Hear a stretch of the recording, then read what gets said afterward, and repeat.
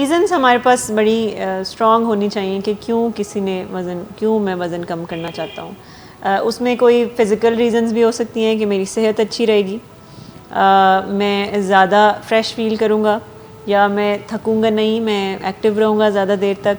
सो physical reasons भी हो सकती हैं कि मैं क्यों वज़न कम करूँ। तो हमारे पास बड़ी क्लियर फ़िज़िकल रीज़न्स होनी चाहिए वज़न कम करने की। फिर कोई मेंटल रीज़न्स भी होनी चाहिए।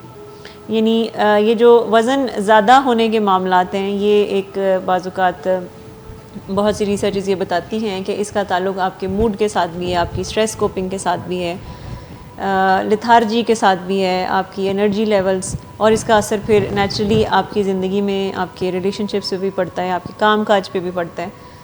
तो आपके पास कोई मेंटल रीज़न्स भी होने चाहिए कि वज़न क्यों कम करना है। और बहुत सारी रिसर्चेज़ ये बताती हैं कि 40 साल की उम्र में अगर कोई ओवरवेट है तो उसके 70 साल की उम्र तक उसको अल्ज़ाइमर होना या कोई भी डिमेंशिया या मेमोरी प्रॉब्लम्स होने के ख़तरे बढ़ जाते हैं।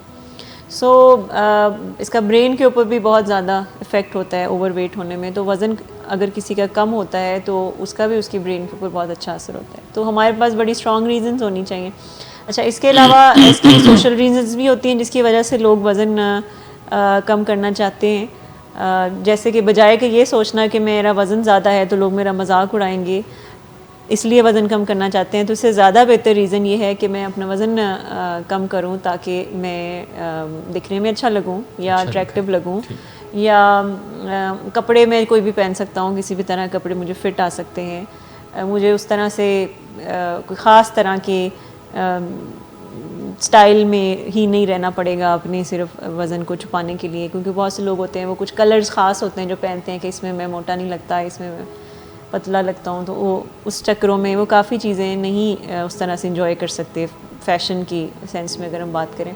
सो बड़ी स्ट्रॉन्ग रीज़न्स होनी चाहिए वज़न कम करने